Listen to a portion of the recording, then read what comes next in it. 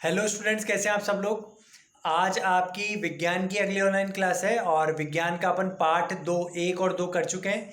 तो आज अपन पार्ट 3 तंतु से वस्त्र तक की वस्त्र कैसे बनते हैं, तंतुओं से छोटे छोटे धागों से वस्त्र कैसे बनते हैं, तो वो पार्ट अपन पूरा पढ़ेंगे।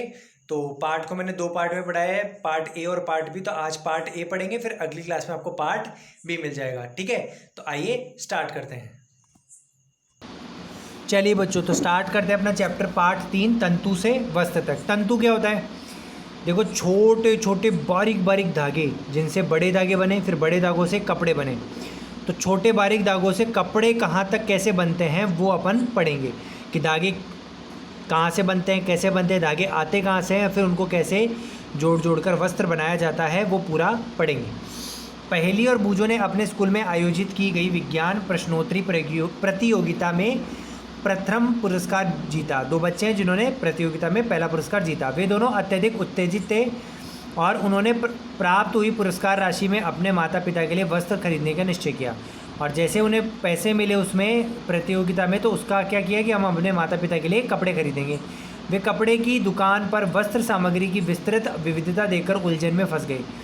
अब वो कपड़े देखने चले तो गए, लेकिन वहाँ पे अलग अलग तरह के कपड़े, विविधता मतलब अलग अलग तरह के पाए जाना, तो कपड़े देखकर वो उलझ गए कि कौन सा कपड़ा लें। दुकानदार ने उन्हें समझाया कि कुछ कपड़े अथवा वस्त्र सूती हैं तो कुछ संश्लिष्ट कृत्रिम हैं। कुछ कपड़े तो कैसे सूती हैं, है ना, और कुछ संश्लिष्ट यानी ऐसे धागों से बने हुए, ऐसी चीज़ों से बने हुए जो इंसान ने, मानव ने खुद बनाया, कृत्रिम संश्लिष्ट है। संश्लिष्ट और कृत्रिम का मतलब होता है बनावटी, जिसको इंसान ने खुद ने बनाया हो। उसके पास ऊनी मफलर तथा शॉल भी थे। ऊन से बने हुए मफलर और शॉल भी थे सर्दी वगैरह के लिए। दुकान में बहुत सी रेशमी साड़ियाँ भी थी। पहेली तथा बूझो अत्यधिक उत्तेजित दिखाई दे रहे थे। उन्होंने इन विभिन्न कपड़ों को स्पर्श किया और उनके बारे में जानकारी प्राप्त की। तो अलग अलग तरह के कपड़ों के बारे में जानकारी प्राप्त की कि कौन सा कपड़ा कैसे बना होता है, किस तरह के धागों से बना हुआ है। अंत में उन्होंने एक ऊनी मफलर तथा सूती साड़ी खरीदी और अंत में एक मफलर और साड़ी खरीद ली। देखो, दुकान है तो उसमें अलग अलग तरह के कपड़े अलग अलग तरह की चीज़ों से बने हुए। कपड़े की दुकान का भ्रमण करने के पश्चात पहेली और बूझों ने अपने आसपास के विभिन्न प्रकार के वस्त्रों को ध्यान से देखना आरंभ कर दिया। अब उनका इंटरेस्ट बढ़ता गया कि अलग अलग कपड़ा किस अलग अलग तरह के मटेरियल से, चीज़ों से बना हुआ है। तो इसलिए हर कपड़े को ध्यान से देखते और देखते ये कपड़ा किसका बना हुआ है, ये कपड़ा किसका है। उन्होंने ये देखा कि बेडशीट, बिस्तर पर बिछाने वाली चादर, कंबल, पर्दे, मेज पोश, तौलिए, झाड़न मतलब साफ़ करने वाले कपड़े, ये सभी अलग अलग तरह के कपड़ों से बने हुए होते हैं। यहाँ तक कि उन्होंने अपने बस्ते तथा बोरे, किसी प्रकार के वस्त्र से बने बैग, और जो बोरे होते हैं, बोरियाँ होती हैं ना जिनमें अपन गेहूँ वगैरह सामान रखते हैं, तो वो भी अलग अलग तरह के कपड़े से बने हुए हैं। उन्होंने इन सभी वस्त्र की पहचान सूती, ऊनी, रेशमी अथवा संश्लिष्ट कृत्रिम रूप में की। तो सब वस्त्र देखे तो पता चला कोई सूती कपड़े के बने हुए थे, कोई ऊनी के थे, कोई रेशमी के थे, कोई संश्लिष्ट कपड़ों मतलब रेशों के, संश्लिष्ट कपड़ों के बने हुए थे। क्या आप अभी इन सब वस्त्रों के बारे में कुछ पहचान कर सकते हैं? तो आपने भी देखा होगा कि कोई सूती होता है, कोई ऊनी होता है। ठीक है, गर्मियों में सूती कपड़ों के अपन वस्त्र पहनते हैं, सर्दियों में ऊनी कपड़ों के पहनते हैं। अब बात करते हैं वस्त्रों में विविधता, यानी अलग अलग तरह के कपड़े पाए जाना, वस्त्र पाए जाना। अपने पास में किसी दर्जी की दुकान का भ्रमण कीजिए। सिलाई के बाद बचे कपड़े की कतरन एक कीजिए।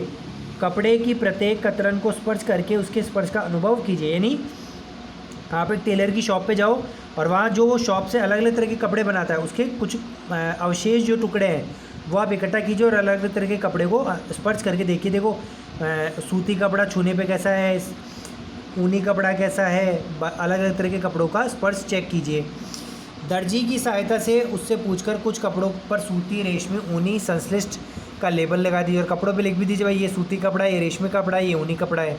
क्या आप ये जानना चाहते हैं कि ये विभिन्न कपड़े किस प्रकार के बने होते हैं?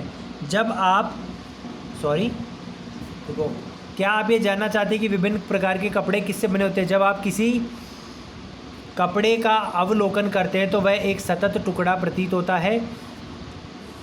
अब इसे ध्यान से देखिए। देखो, अपन अगर कपड़े को जूम करके अगर ऐसे देखें ना, बड़ा बड़ा करके, तो ऐसे छोटे छोटे धागों से बना हुआ लगता है कपड़ा। देखो ये धागे ना, और ये धागे आपस में क्या है, उलझे हुए, बांधे गए एक तरह से। तो धागों से मिलकर क्या बनता है, कपड़ा बनता है। चलो अब एक क्रियाकलाप पढ़ते हैं। सूती कपड़े का वही टुकड़ा लीजिए जो आप दर्जी से लेकर आए हो।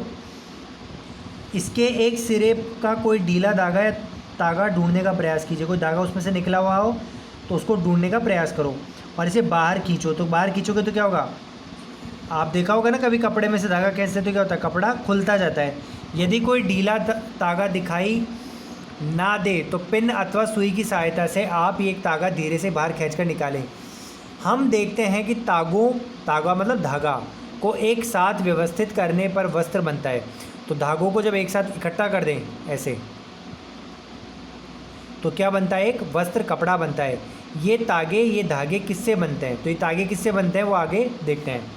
तो अब बात आता है तंतु।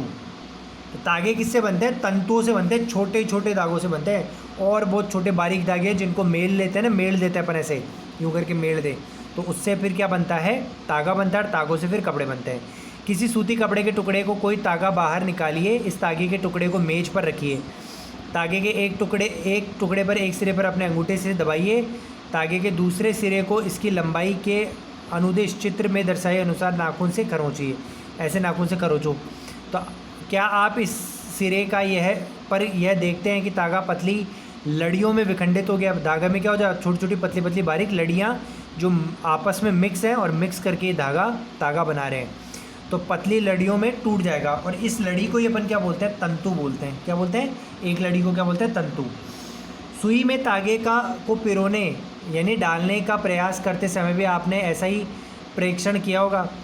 कई बार तागे का ये सिरा कुछ पतली लड़ियों में पृथक हो जाता है। ऐसा होने पर तागे को सुई के नाक से गुजरना कठिन हो जाता है। तागे की ये दिखाई देने वाली पतली लड़ियाँ भी और अधिक पतली लड़ियों से मिलकर बनी होती है जिन्हें तंतु कहते हैं। ठीक है, तो देखो आप अगर सुई में धागा डालते हो तो देखो धागे के मुंह में, मतलब धागे के बहुत सारे मुंह हो जाते हैं, 3-4।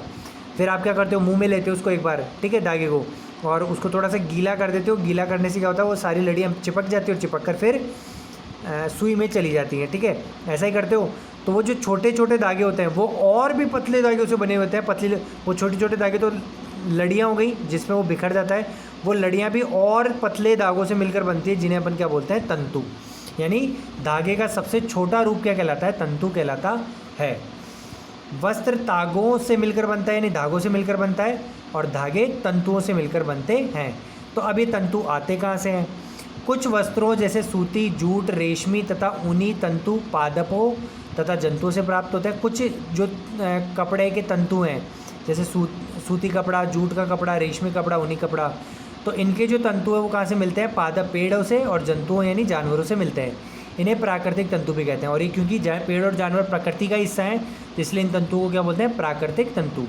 रुई तथा जूट पादपों से प्राप्त होने वाले तंतुओं के उदाहरण है। और रुई और जूट तो ऐसा है जो पादप पेड़ों से मिलते हैं। ऊन और रेशम जंतुओं जानवरों से मिलते हैं।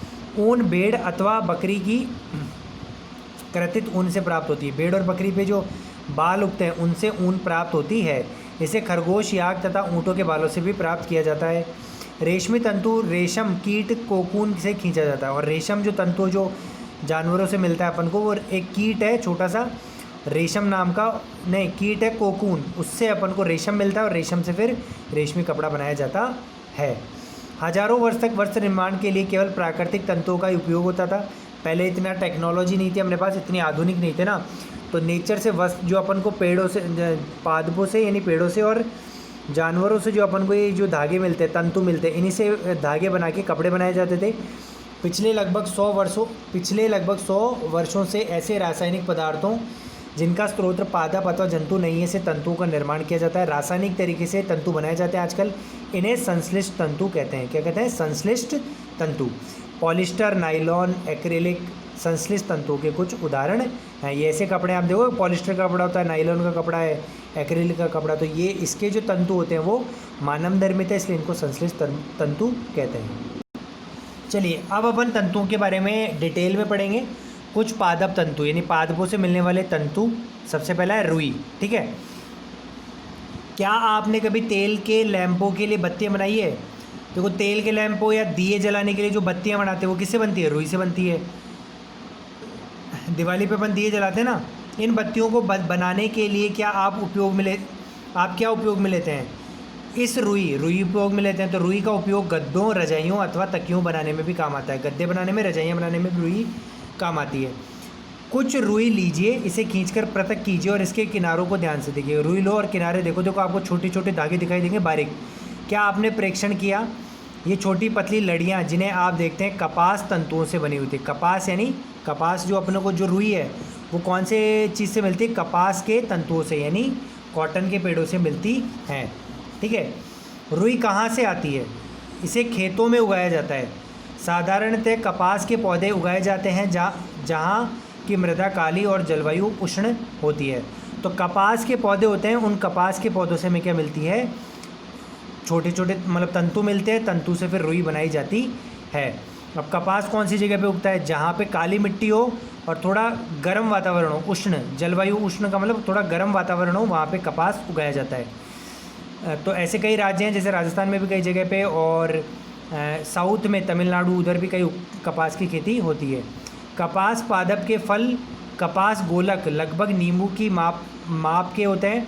मतलब कपास के पेड़ में क्या होता है? फल लगते हैं पहले नींबू के जैसे शेप के गोले लगते हैं। जब ये पक जाते हैं, पूर्ण परिपक्व होने पर यानी पकने पर, ये बीज फूट जाते हैं, टूटकर खुल जाते हैं और इनमें से कपास तंतुओं से ढके बिनौले बीज को देखा जा सकता है। तो क्या होता है? देखो ऐसे होता है, ये फूट जाता है, जैसे ये पेड़ है ना, और इसके अंदर तो बीज होता है और चारों तरफ ये कपास होता है। कपास मतलब जिससे आगे जाकर रुई बनाई जाती है। एक तरह की रुई हो गई है। ठीक है। और इसके अंदर क्या होता है? बीज होता है। ठीक है। तो यहाँ पे पहले क्या होता है? जैसे ये अगर अपन को एक पौधा निकल रहा है तो इसमें एक नींबू सा बनता है, नींबू जैसा गोल, फिर वो फूट जाता है तो इसमें से अपन को क्या मिलता है? ऐसे ऊन निकल जाती है, रुई निकल जाती है। सॉरी, ऊन नहीं, रुई निकल जाती है। इसको अपन कपास कहते हैं। और इसके अंदर एक बीज होता है। ऐसा लगता है मानो ये बीज की रक्षा कर रही हो रुई। क्या आपने एक कपास का खेत देखा जो कपास चुने जाने के लिए तैयार हो चुका हो? जब कपास की सारी फसल तैयार हो जाती है तो खेत ऐसा लगता है जैसे इतना सफ़ेद होता है, जैसे बर्फ़ ने क्या कर लिया हो, हिम ने बर्फ़ ने ढक लिया हो। ऐसा लगता है जैसे खेत में बर्फ़ ही बर्फ़ हो गई, इतना सफ़ेद होता है। साधारणतया इन कपास बालों से कपास को हस्त चयन द्वारा प्राप्त किया जाता है। इसके पश्चात कपास के बीजों को कंकतन द्वारा पृथक किया जाता है। इस प्रक्रिया को कपास ओटना भी कहते हैं। तो कपास के जो ऊपर बाल है वाइट वाइट, इनको हाथ से इन फूलों को तोड़ लेते हैं अपन, जो फूटने पे बने। फिर बाद में बीज को क्या करते हैं? कपास से अलग कर लेते हैं। बीज अलग कर लेते हैं, कपास अलग। बीज तो आगे नई कपास की खेती में काम आता है। और जो अपन रुई का वाइट पार्ट अलग करते हैं, वो रुई बनाने में काम आता है। ठीक है। तो बीजों को कंकतन मतलब अलग अलग करके, गिनिंग करके, और बीजों को और कपास को अलग करने को कपास ओटना भी कहते हैं। देखो ये एक व्यक्ति कर रहा है, ऐसे इससे करता है, जिससे क्या होता है? बीज तो यहीं पे रह जाते हैं और इसमें उलझकर कपास अलग हो जाता है, रुई अलग हो जाती है। पारंपरिक ढंग से कपास हाथों से ओटी जाती थी, पहले हाथ से अलग किया जाता था। आजकल लेकिन कई मशीनें आ गई हैं जिससे भी कपास को यानी रुई को बीजों से अलग किया जाता है। चलिए अब अपन बात करते हैं दूसरे तरह के तंतु जो पादप से मिलता है अपन को। जूट का एक पेड़ होता है, उससे जूट तंतु अपन को मिलता है, जिसको अपन पटसन भी कहते हैं। पटसन तंतु को पटसन पादप, जूट को हिंदी में बोलते हैं पटसन। तो पटसन तंतु पटसन पादप के तने से प्राप्त होता है, इन तनों से। ठीक है। भारत में इसकी खेती वर्षा ऋतु में की जाती है और ये बारिश के दौरान काफ़ी खेती की जाती है। भारत में पटसन को प्रमुख रूप से पश्चिम बंगाल, बिहार और असम में उगाया जाता है। यहाँ पे काफ़ी मात्रा में पटसन उगाया जाता है। पटसन पादप फसल को पुष्पन अवस्था में काट लेते हैं। जब इस पर फूल आने लगते हैं तो उसको काट लेते हैं। फसल कटाई के पश्चात पादपों के तनों को कुछ दिनों तक जल में डुबोकर रखते हैं और ये जो तने होते हैं इनको जल में डुबोकर कुछ दिनों तक रख दिया जाता है काटने के बाद। ऐसा करने पर तने गल जाते हैं और उन्हें पटसन तंतुओं के से हाथों द्वारा पृथक कर लिया जाता है। उसके बाद ये तने गल जाते हैं और इनमें से धागे निकल जाते हैं और उन धागों को हाथों से अलग कर लिया जाता है और ये धागे आगे जाके पटसन तंतु बन जाते हैं और तंतु से फिर धागा बनाता है, धागे से फिर इससे चीज़ें बनाई जाती है। जैसे मकानों में जो बली फंटे अपन जोड़ते हैं ना, नया मकान बनता है तो उस पर जो रस्सी लगती है ब्राउन से कलर की, वो ब्राउन से कलर की पटसन तंतु से ही बनती है। वस्त्र बनाने से पहले इन सभी तंतुओं को तागों को परिवर्तित कर लिया जाता है। ऐसा कैसे किया जाता है? अब धागे में यानी तंतुओं को धागों में बना लेते हैं वस्त्र बनाने से पहले। तो अब तंतुओं से धागे कैसे बनते हैं अपन आगे पढ़ेंगे। आज के लिए इतना ही। मुझे उम्मीद है कि आपको पूरा यहाँ तक समझ में आया होगा। अब तंतुओं से धागे कैसे बनते हैं ये पार्ट अपन अगले में पढ़ेंगे और अगले पार्ट में अपना चैप्टर समाप्त हो जाएगा। वीडियो को लाइक कीजिए, कमेंट कीजिए, चैनल को सब्सक्राइब कीजिए, रेगुलर देखते रहिए। Thank you, have a nice day.